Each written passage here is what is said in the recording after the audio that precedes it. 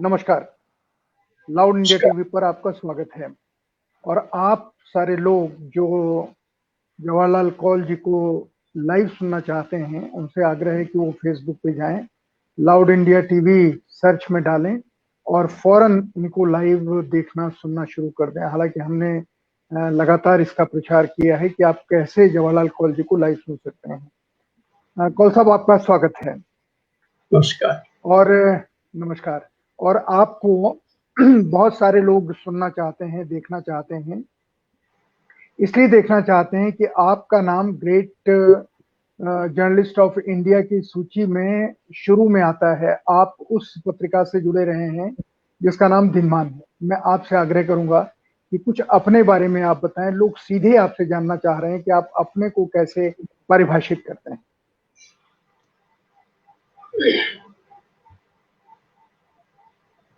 अपने आप को परिभाषित करना आसान नहीं है।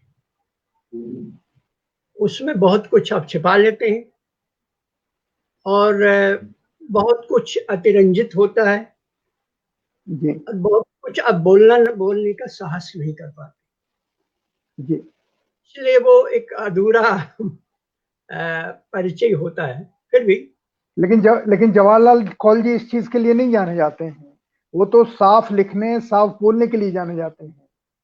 हाँ, कोशिश करते हैं ऐसा। जी मैं जम्मू एंड कश्मीर का रहने वाला हूँ, ये मेरे नाम से साफ है।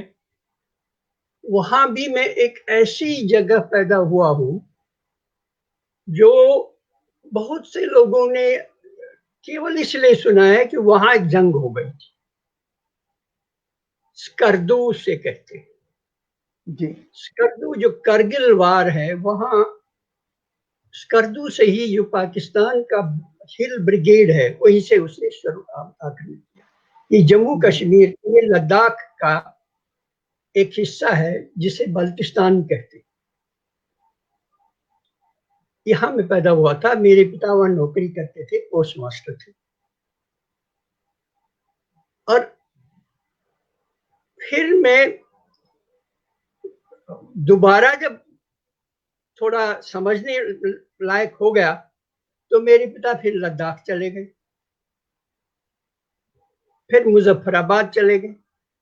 यानी जो जम्मू कश्मीर के वो हिस्से हैं जो उसकी सीमा बनाते हैं, उन सीमाओं पर मेरा बचपन बीता।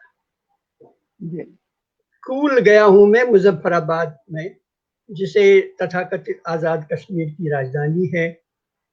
जी प्राइमरी स्कूल तक शिक्षा की लेह पर, ये जो लद्दाख की हेडक्वार्टर है। फिर 45 में या 46 में वापस घाटी में आए, जो हमारा गांव है। मानसबल एक झील है उसके किनारे पर। लेकिन फिर 47 का बहरान हुआ, भाग गए, रिफ्यूजी हो गए। अब बच पत्रकारिता में कैसे आए? हाँ, शुरुआत तो मैंने अध्यापक के काम से शुरू किया था। अध्यापक हो गया था स्कूल में, फिर कुछ दिनों किसी कॉलेज में भी। लेकिन मुझे पत्रकारिता शुरू से आकर्षित करती रहती थी। कश्मीर में भी छोटी मोटी पत्रिकाएं निकालते थे जो बिक्री नहीं थी, लेकिन किसी तरह उसका हम गुजारा कर लेते थे, चंदे से। जी लेकिन फिर मुझे ऐसा मौका मिल गया। मैं दिल्ली आया। आया तो था आईएएस की परीक्षा देने के लिए, लेकिन वहां मन ने विद्रोह किया, नहीं गया। और अज्ञे जी के एक एडवर्टीजमेंट की ओर में आकर्षित हुआ, जिसमें वो दिनमान नाम की पत्रिका के लिए वो आवेदन करने के लिए कह रहे थे। जी मुझे मालूम था, मैं अज्ञे जी से सिर्फ एक बार मिला था। साहित्य रचना के सिलसिले में मेरा कोई नाम नहीं था। मैं शुद्ध पत्रकारिता को थोड़ा बहुत जानता था। उसी में कुछ जानकारी मेरी थी। इसलिए मैं उम्मीद नहीं करता था कि आगे जी जब मुझसे मेरा साक्षात करेंगे, मुझे मिले, मेरी जांच करेंगे, तो मुझे चुनेंगे। क्योंकि उस वक्त और भी लोग थे जो जिनका साहित्य में कुछ नाम था, उस लाइन में थे, तो इसलिए मैं उम्मीद नहीं करता था। और अज्ञे जी से बातचीत करने के बाद भी मुझे लगा कि नहीं, मेरा नहीं होगा। क्योंकि एक प्रश्न उन्होंने ऐसा किया जिसका मैं उत्तर नहीं दे सकता था, जो कश्मीर के बारे में, यानी मारतंड मंदिर वहां है, सबने सुना होगा। उन्होंने पूछा उसका द्वार किस ओर है।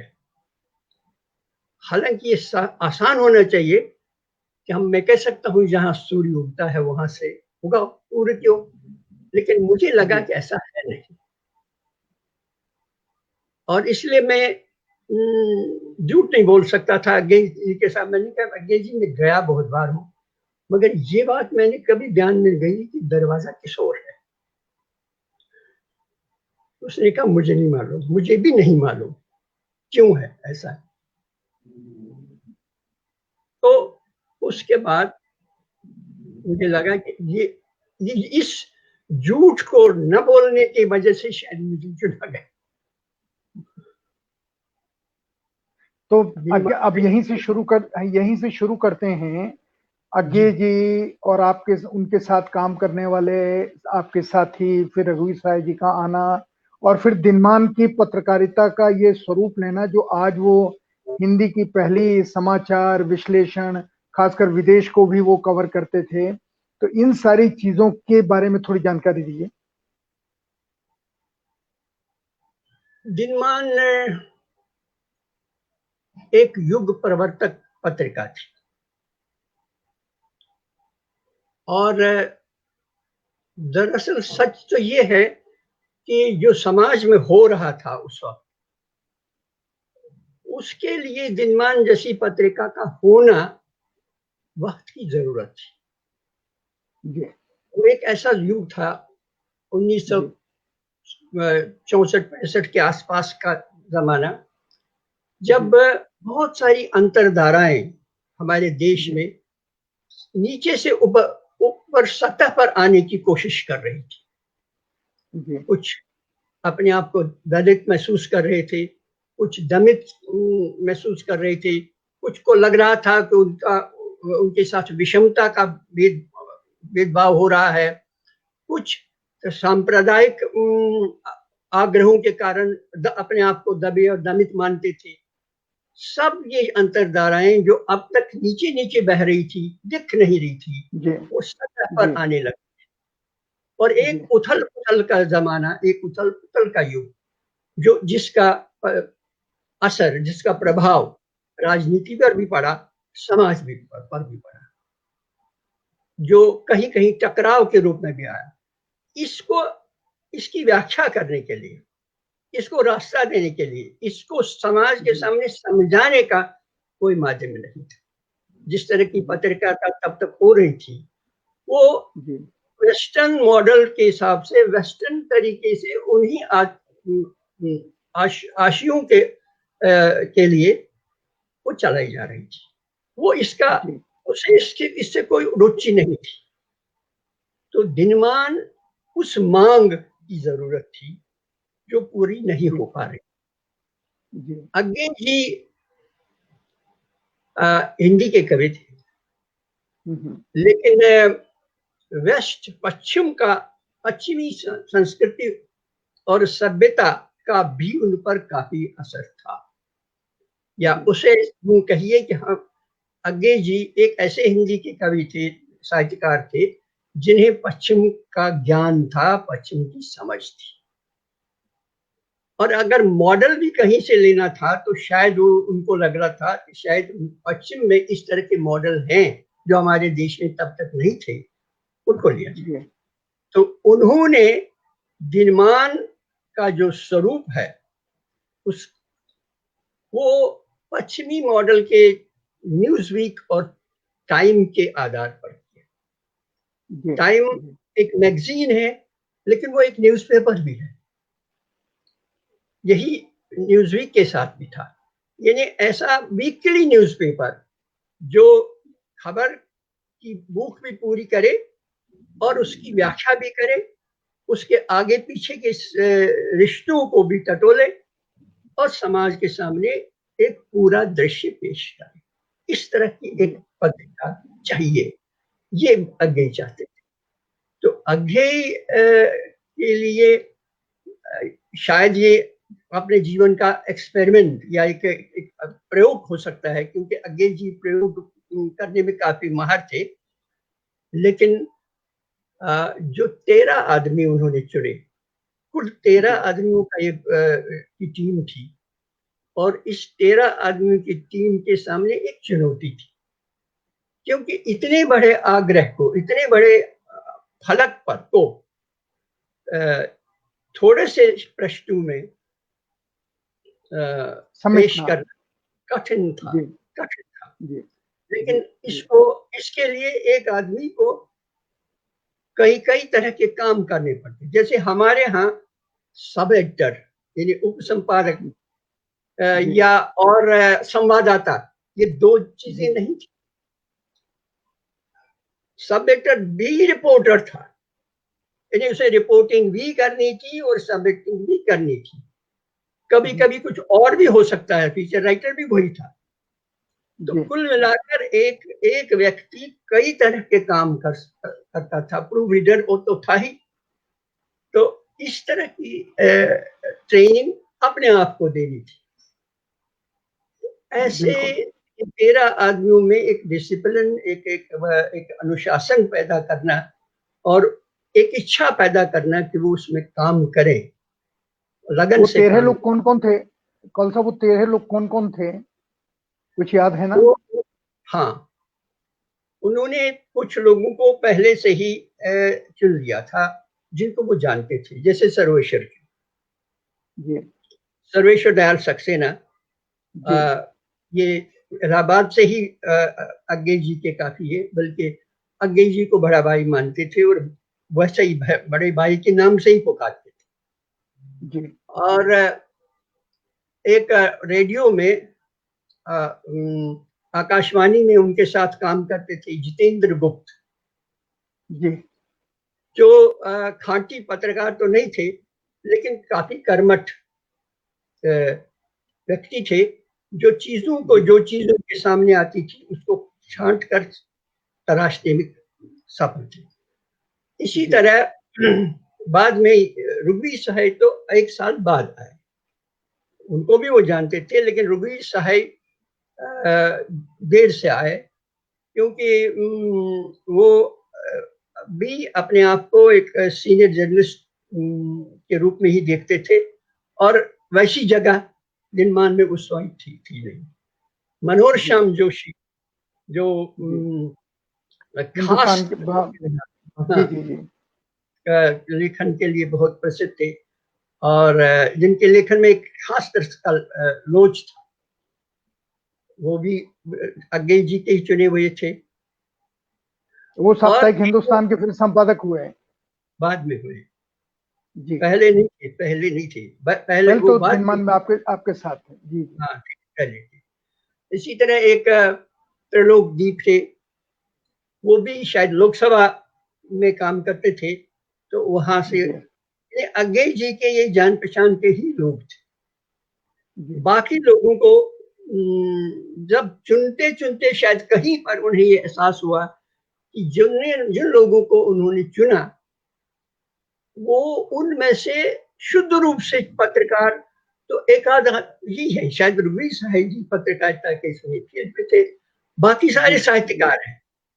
तो क्या ये निभ जाएगा?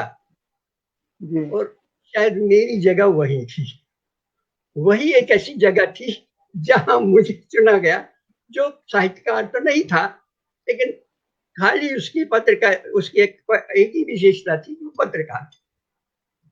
तो आपने कुल मिला के किस तरह की पत्रकारिता की, खोजी पत्रकारिता की, विवरणात्मक की, किस तरह आपने दिनमान में अपना स्थान बनाया? देखिए, यही एक दिनमान की एक विशेषता यही है, और इसी वजह से हम अपने आप को खुशकिस्मत मानते हैं कि दिनमान जैसा ट्रेनिंग फील्ड हमें मिला। जैसे मैंने पहले आपको बताया कि हर आदमी को बहुत सारे काम करना, अगर वो कर सकता है तो कर सकता है। मैं शुरू में जब मैं वहां गया, जिसे कहे सब एडिटर कम रिपोर्टर, ये पोस्ट था, संपादक भी था और आप रिपोर्टर भी थे। रिपोर्टिंग में सामान्य रिपोर्टिंग, पॉलिटिकल रिपोर्टिंग, लेकिन एक समय आ गया कि जब हमें साइंस पर लिखने की जरूरत पड़ी। कभी मैं साइंस रिपोर्टिंग कहीं मैंने की थी और साइंस की थोड़ी पढ़ाई ग्रेजुएशन तक की थी, इसलिए मैंने ऑफर किया कि ठीक है, मैं ही कर लेता हूँ। और मैं बहुत कई साल तक दिनमान में साइंस रिपोर्टर भी था और उस साइंस रिपोर्टिंग के जरिए के माध्यम से उस दौरान देश की जितनी साइंस से जुड़ी संस्थाएं थी उनके साथ मैंने अपने आप को संलग्न किया, चाहे वो साइंस इंडियन साइंस एकेडमी हो, ICMR हो या दूसरी संस्थाएं हैं। तो क्योंकि मुझे मटेरियल चाहिए था, दिनमान के लिए एक नई चीज चाहिए थी, नई बात चाहिए थी। वो तभी हो सकती थी जब मैं इतने सारे सोर्सों से अपने आप को जुड़ता, उनकी कॉन्फ्रेंसेस में बैठता, उनके वर्कशॉप को देखता, उनके अनुसंधान को समझ कोशिश करता। लेकिन फिर भी एक समय ऐसा आ ही जाता है कि जब आपके पास लिखने को कुछ नहीं दिखता। यदि उस सप्ताह हमारे पास साइंस के कॉलम के लिए कुछ भी नहीं था और मैंने अपने दिमाग पर जोर लगाया और मैं जाकर गया। उस वक्त रवीर साहे जी एडिटर थे। मैंने उनसे कहा कि देखिए, भैंस पर किसी ने कुछ नहीं कभी लिखा, इतनी आम चीज है, इतनी महत्वपूर्ण चीजें हमारे जीवन में, लेकिन इस बेचारी पर किसी ने कुछ लिखने की कोशिश नहीं की। तो क्या भैंस पर एक साइंटिफिक लिखा जा सकता है, साइंस लिखा जा सकता है? और भैंस पर उस जितने भी सोर्स से उनको खंगाल कर बैठा लिख दिया। तो इस तरह की सिचुएशन, कुल मिलाकर समस्याएं पैदा होती थी, समस्याओं का हल भी स्वयं निकालना पड़ता था। इसमें अज्ञे जी का एक विशेषता थी जी, किसी मामले में वो परफेक्शनिस्ट थे। जैसे शब्द, उनका कहना ये था कि वाक्य क्लिष्ट नहीं हो, शब्द क्लिष्ट नहीं होता, वाक्य क्लिष्ट होता है। आप सरल शब्दों से भी एक क्लिष्ट वाक्य बना सकते हैं और आप एक सरल वाक्य में अगर एक आध क्लिष्ट शब्द बीच में आ भी जाए तो भी उसके अर्थ में कुछ खराबी नहीं आती। तो इस बात को वो ध्यान में रखते थे कि शब्दों की चिंता मत करो, शब्द अगर अर्थ देता है तो इस्तेमाल करो, चाहे वो आपको किसी और को क्लिष्ट लगे, लेकिन शर्त ये है कि आपका वाक्य या वाक्यांश ऐसा हो उसमें वो अटक न जाए। दूसरी बात ये कि जितने भी विदेशी शब्द हैं हम उनका अंग्रेजी के हिसाब से उच्चारण करते हैं, वो से लिखते भी हैं, आज भी लिखते हैं वैसे। लेकिन अज्ञे जी का कहना था कि उच्चारण वो करो जो वो करते हैं। अगर अंग्रेज मास्को बोलते हैं तो उन्हें बोलने दो, रूसी मास्को नहीं बोलते, वो मस्कुआ बोलते हैं। तो हम आप लोगों ने मस्कुआ लिखा था, हम चिल्ली, दुनिया चिल्ली लिखती थी, हम चिले लिखे, क्योंकि वही कुछ चिले ही है, कुबा ही है। तो कुल मिलाकर अब ये चीनी शब्दों के लिए बहुत मुश्किल होती थी, जो चीन से आए हुए शब्दों के। हमने एक आदमी को रखा था जो चीन में काम करता था, उसको टेम्परेरी नौकरी दी गई थी, उससे करेक्ट करवा लेते थे कि चीनी शब्द कैसे लिखते।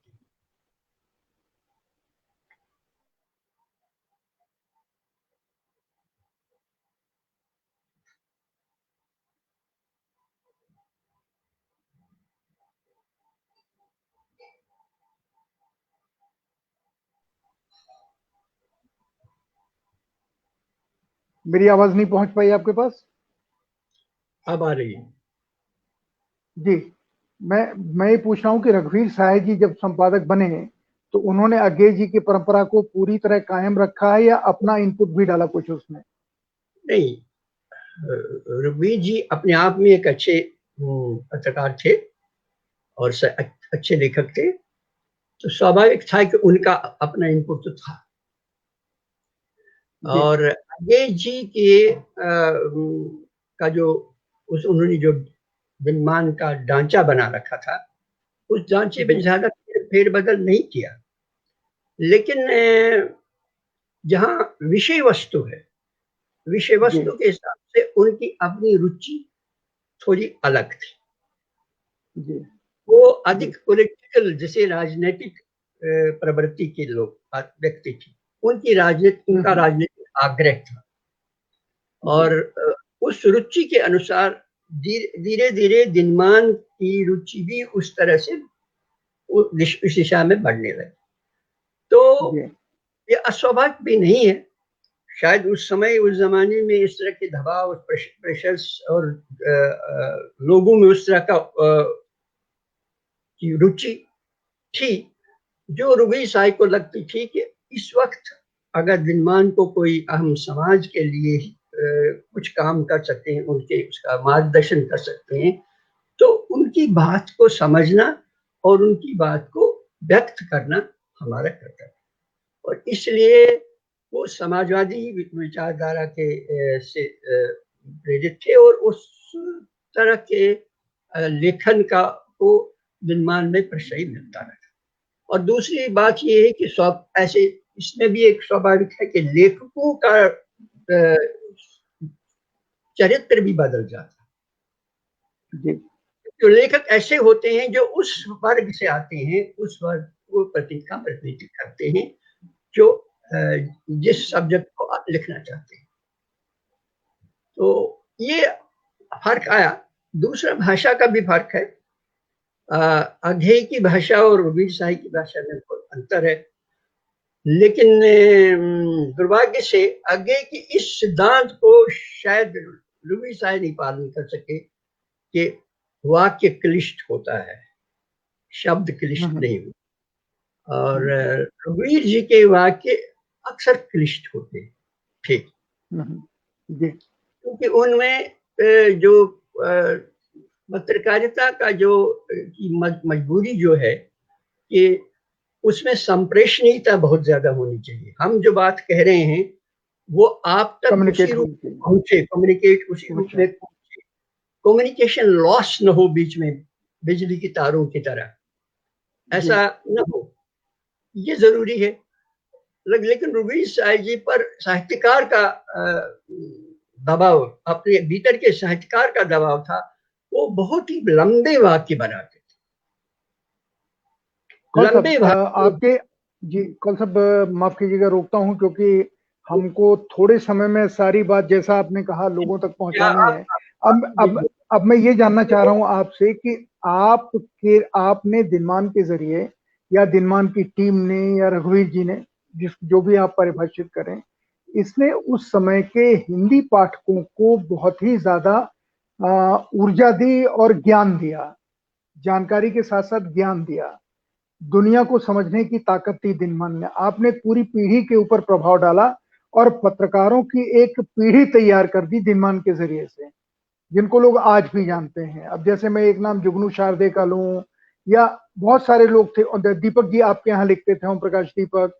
तो मैं ये जानना चाह रहा हूं कि बिहार आंदोलन का जिस तरीके से दिनमान ने समर्थन किया, मैं आपसे ये जानना चाह रहा हूं कि उस जर्नलिज्म को, उस पत्रकारिता को आप कैसे परिभाषित करेंगे?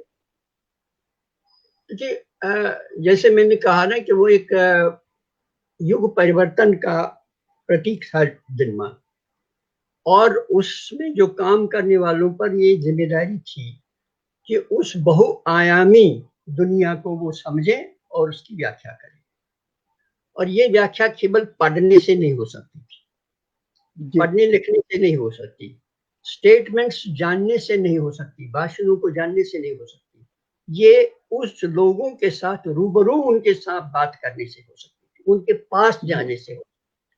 इसलिए हम में से ज्यादातर लोग ऐसे थे जो शायद 2-3 महीने में एक बार अपने दिल्ली के कार्यालय से जाकर किसी दूर के प्रदेश में, असम में है या दक्षिण में है या कहीं भी, या बिहार में है, पहुंच जाते थे किसी न किसी विषय के सिलसिले।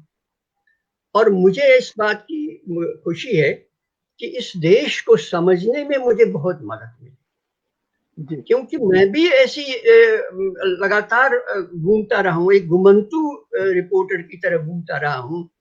और ये भी बड़ी बात है कि हमारे संपादक, कम से कम रवीर साहब और आगे ऐसे संपादक थे कि अगर आप चाहते, अगर आपकी बात उनकी समझ में आए तो वो आपको बहुत छूट देते थे कि आगे जो करना है वो तुम करो और हम अब तुम्हारे साथ।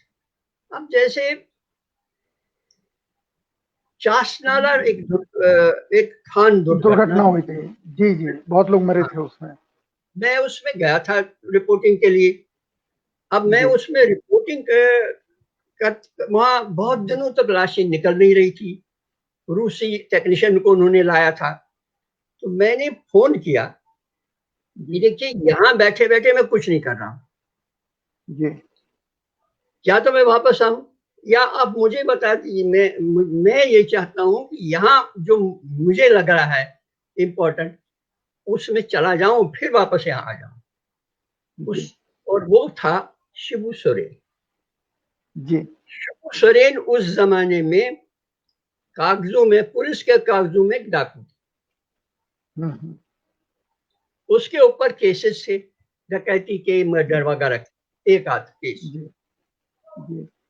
और अब लेखित शिबू सोरेन ने अपने एक क्षेत्र में टुंडी थाना, धनबाद के टुंडी थाना एरिया क्षेत्र को लगभग आजाद कर लिया था और वहां आदिवासी में कुछ काम कर रहा था। तो मैं उससे मिलना चाहता, तो डिस्ट्रिक्ट मजिस्ट्रेट ने मुझे इजाजत नहीं दी। अब बदकिस्मती से रात को मैं डिस्ट्रिक्ट मजिस्ट्रेट के घर पहुंचा, जहां वो मान गया, एडीएम को साथ दिया, एसएचओ को साथ दिया टुंडी थाने के। लेकिन वहां से जब उसे हमने खोज निकाला, उसने कहा कि कौल साहब आए, स्वागत है, लेकिन बाकी को मैं आने नहीं दूंगा। मैंने कहा मुझे मंजूर है, अगर आप लिखित लेना चाहते हैं, मैं अपनी मर्जी से जा रहा हूँ, आप पर कोई आंच नहीं है। मैं गया, वो 2 दिन उनके साथ रहा और फिर मैंने समझा कि उनके कुछ पॉजिटिव पॉइंट्स में देखने की कोशिश की। सच तो ये है कि डिस्ट्रिक्ट मजिस्ट्रेट को भी महसूस हो रहा था कि वो आदमी तो वहां ठीक काम कर रहा है, बाकी सब। तो कुल मिलाकर वो रिपोर्ट दिनमान में 2-3 किस्तों में छपी। तो उस फील्ड रिपोर्ट की शुरुआत भी मेरे ख्याल है आप ही लोगों ने की, हिंदी में। तो उसके पहले दैनिकों में भी इस तरह की रिपोर्ट नहीं छपती थी। तो इसी तरह के बहुत सारे ऐसे चीजें, आप भुखमरी है बिहार में, मध्य प्रदेश में, इन सारी जगहों पर भुखमरी है या भूकंप है, इन सब जगहों पर दिनमान का प्रतिनिधि जरूर चला जाता था। तो और ऐसी कंट्रोवर्सीज, कभी कभी ऐसी कंट्रोवर्सीज अगर खड़ी हो जाती थी, जैसे बिहार में जब संविध सरकारें बनने लगी, उससे पहले ये सारे संविध नेता जो बाद में संविध नेता बने, अलग अलग पार्टियों के, एक दूसरे के खिलाफ बयानबाजी कर रहे थे। मैं उस वक्त बिहार में था और सबसे मैं मिला, सबकी बातें मैंने नोट की थी और सीरियलाइज छपती। बदकिस्मती से उस वक्त वहां हालात बदल गए। अब वो संविद वाले एक दूसरे की तारीफ करने में लग गए थे, एक दूसरे के नजदीक आने लगे थे। उस वक्त दिनमान में उनके भाषण छप रहे थे, तो ये तो परेशानी हुई। तो कई लोगों ने वहां से, कई नेताओं ने, नाम लेने की जरूरत नहीं, चिट्ठी ली प्रोटेस्ट कि आपके संवाददाता ने हमारे मुंह में ये डाल दिया है, वो डाल दिया, वगैरह वगैरह। तो रफी साहब में एक थी, उन्होंने लिखा कि हम आप जो लिखना है वो लिखिए, हम वो छापेंगे, लेकिन जहां तक हमारे संवाददाता का सवाल है, हमें उन पर विश्वास है। इस तरह की ये हिम्मत तो कर सकता था दिनमान का रिपोर्टर कि अगर उसे समझ में आए ये है, तो उसे मालूम था कि उसका संपादक साथ देगा। मुझे याद है एक रिपोर्ट आपके यहाँ की जिसने इंदिरा गांधी जी को रिवाइव किया था 77 के बाद, बेल्छी की रिपोर्ट, वो हाथी पे चढ़ के गई थी, आप ही के यहाँ की कवर स्टोरी थी वो दिनमान की। हाँ। तो मैं अब आपसे ये जानना चाह रहा हूँ कौल साहब, क्योंकि हम लोगों के पास, हम धीरे धीरे आखिरी पड़ाव की तरफ चल रहे हैं, 30 मिनट हो गए हैं। मैं गुजारिश ये करना चाह रहा हूँ कि जो पत्रकारिता आप लोगों ने की और जिस तरीके से आप जगह जगह गए, और आज की हिंदी पत्रकारिता आप देखते हैं, उस हिंदी पत्रकारिता में आज भी पत्रिकाएं निकल रही हैं। पुरानी पत्रिकाएं बहुत सी बंद हो गई, जो बंद हो गई उनके कारण, और जो आज निकल रही हैं हिंदी की कुछ बड़ी पत्रिकाएं हैं, इंडिया टुडे जैसी, इन सब की पत्रकारिता में आपको कोई अंतर नजर आता है? एक सवाल। और ओवरऑल जर्नलिज्म जो आज हो रहा है, उसको आप पत्रकारीय नजर से कैसे देखते हैं? अगर आप संपादक होते किसी चैनल के, क्या आप इस तरह की खबरों का स्वागत करते उनके प्रस्तुतिकरण को लेकर के, या उसके ऊपर उन्हें कोई रास्ता बदलने की सलाह देते? देखिए, ये दौर दिनमान शुरू होने के लगभग 10 साल बाद, इमरजेंसी के बाद का दौर है जी।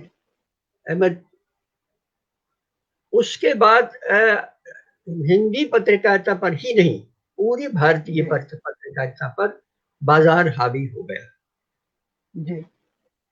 ये पत्रकारिता, जर्नलिज्म, मीडिया मार्केट का एक हिस्सा हो गया। अगर मार्केट आपको नियंता है, आपको नियंत्रित करता है, तो फिर मार्केट की जरूरत के हिसाब से भी आप चलेंगे जी। जब मार्केट के हिसाब से चलेंगे तो जनहित जिसे कहते हैं, या लोकहित, आपके लिए महत्वपूर्ण नहीं है। लोगों की क्रय शक्ति आपके लिए महत्वपूर्ण है। लोग खरीदते कितना है वो आपका सही। अखबार ये एडवर्टाइजमेंट, अपने स्टेटमेंट जारी करने लगे, हर अखबार, जिसमें वो बताता है कि मेरा अखबार कौन पढ़ता है, इतने ग्रेजुएट हैं, इतने पोस्ट ग्रेजुएट हैं, इतने थोड़े मैट्रिकुलेट हैं, इतने कम 5वीं सर्टिफिकेट, और फिर आमदनी के हिसाब से 25,000 ये, 1 लाख के ज्यादा, 10 लाख के वाले लोग ये हैं। वो किसको बता रहे हैं? वो विज्ञापनदाता को बता रहे हैं कि मेरा जो पाठक है उसे बाकी चीजें नहीं, ये है वो आपका सामान खरीदने वाला ग्राहक है। अब अखबार जब ग्राहक जुटाने वाला माध्यम बन जाए, तो फिर उससे उम्मीद कैसे कर सकते हैं आप कि वो बहुत बड़े सामाजिक न्याय या सामाजिक आंदोलन का नेतृत्व करेगा? लेकिन ऐसे माहौल में भी ये जरूरी नहीं है कि ऐसी पत्रिकाएं न निकले जो दिनमान जैसी हूं, क्योंकि सारी जनता एक ही तरीके से न तो सोचती है न रहती है। उसको भी एक ऐसा मार्गदर्शक चाहिए, कम से कम मीडिया में एक ऐसा प्रतिनिधि चाहिए जिस के माध्यम से उसकी आवाज हो। अगर मैं ये चैनल जिस तरह की समाचार परोसते हैं और जिस तरीके से परोसते हैं जी, तो मैं शायद नहीं रह पाता, और कभी न कभी ऐसा मामला हो ही जाता है कि मालिक अपने आप ही मुझे बाहर कर देता। आखिरी सवाल आपसे कि क्या दिनमान के ऊपर कभी मालिकों का या सरकार का दबाव आया? कि आप इस खबर को न छापिए या इस तरह की खबरों को छापिए, मालिक हाँ, और सरकार दोनों का? हाँ, बहुत बहुत बार आया, बहुत बार जी। आया। और बहुत बार अंग्रेज जी के जमाने में तो ऐसा कोई टकराव नहीं आया, क्योंकि अंग्रेज जी शायद अपने लेवल पर उसे ये करते थे। तब शांति प्रसाद जैन और रमा जैन जिंदा थे जो उनकी इज्जत करते थे। मगर रघुवीर सहाय जी के जमाने में ऐसा दबाव उन पर था, और वो कमर्शलाइज करना चाहते थे। मालिक लोगों का मानना था कि जैसे समीर जैन ने से हम जब बात करने एक बार गए इसी ऐसे सिलसिले में, तो उन्होंने कहा मुझे इस बात पर चिंता नहीं है कि आप कितना कमाते हैं, मुझे इस बात की चिंता है कि आप जितनी जगह घेरते हैं उसमें इतना पैसा आता। अब ऐसे ऐसे हालत हालत में जो एडवर्स सिचुएशंस हैं, जो विपरीत परिस्थितियां थी, उन विपरीत परिस्थितियों में दिनमान जैसी पत्रिका का टाइम्स ऑफ इंडिया के संस्थान के रूप में चलना संभव नहीं था। तो मैं इस प्रोग्राम को समाप्त करता हूं। समीर जैन की दो बातों को आपको और बताना चाहता हूं जो इससे जुड़ी हैं। सुरेंद्र प्रताप सिंह संपादक थे, कार्यकारी संपादक थे नवभारत टाइम्स के। समीर जैन साहब ने उन्हें बुलाया और पहला सिद्धांत तो ये कहा, उन दिनों चौथी दुनिया निकली थी, उसने सबसे पहले कलर इस्तेमाल किया था परिशिष्ट के लिए, 7 कलर उस समय। समीर जैन ने सुरेंद्र जी से कहा कि सुरेंद्र जी आप ध्यान रखो, मार्केट ये बनाएंगे, फायदा हम उठाएंगे, लोगों की रुचि कलर में, फायदा हम उठाएंगे। तो एक तो उनकी पूरी दृष्टि थी कि कोई बाजार बनाए जिसको हम कब्जा कर लें। दूसरा उन्होंने एक बात और कही, दिनमान को लेकर चर्चा हुई थी, जब दिनमान वो बंद करने का फैसला ले रहे थे, तो उन्होंने कहा कि मेरा ये मानना है कि या तो जो हमारा प्रोडक्ट है वो पैसा कमाए या साख कमाए, क्रेडिबिलिटी कमाए। अब सुरेंद्र जी ने मुझे ये दोनों बातें बताई थी एसपी सिंह साहब ने, कि समीर जैन कहते हैं या तो क्रेडिबिलिटी कमाओ या पैसा कमाओ। बहरहाल मैंने ये बताया कि टाइम्स ऑफ इंडिया वहां से बदलना शुरू हुआ और उसने सारी हिंदी की पत्रिकाएं अपने जो जनक थे उनकी इच्छा के विरुद्ध बंद कर दी। कोई धार्मिक बंद नहीं करना चाह रहा था, कोई सारिका बंद नहीं करना चाह रहा था, कोई दिनमान बंद नहीं करना चाह रहा था, पर उन्होंने कई परिवर्तन दिनमान में किए जो अंत में जाके फिर बंद ही हुए। वो दिनमान बंद ही हुआ। और लेकिन उसकी जो साख थी, उसने जो हिंदुस्तान के पत्रकारीय समाज को जिस तरह से चेतन किया, वो अद्भुत कहानी है। हम इस प्रोग्राम को समाप्त करते हैं, पर मुझे ऐसा लग रहा है कि हमें श्री जवाहरलाल कौल के साथ दोबारा मिलना चाहिए और हम जल्दी ही आपसे समय पूछ करके एक और प्रोग्राम करेंगे, क्योंकि दिनमान की बहुत सारी बातें हैं, उसमें बहुत सारे लोगों ने काम किया, बहुत सारे लोगों ने नई नई विधाएं शुरू की। जवाहरलाल कौल जी से उनके बारे में भी बात करेंगे। आपको सर बहुत बहुत प्रणाम। आप पितामह हैं जीवित पत्रकारों के, और आपने जिस तरह से बताई सारी चीजें, अब एक इस माध्यम की भी सीमा है, तो उसके लिए हम आपसे दोबारा तकलीफ देंगे और इसके आगे की बात करेंगे। बहुत बहुत धन्यवाद आपको। दर्शकों, शायद आपने समझा होगा, हम दोबारा मिलेंगे और तब तक आपके अगर सवाल हो वो भी अगर आप हमको भेज देंगे तो हम कौल साहब से उन सवालों के ऊपर भी, जो अच्छे सवाल होंगे उनके ऊपर बात करेंगे। नमस्कार।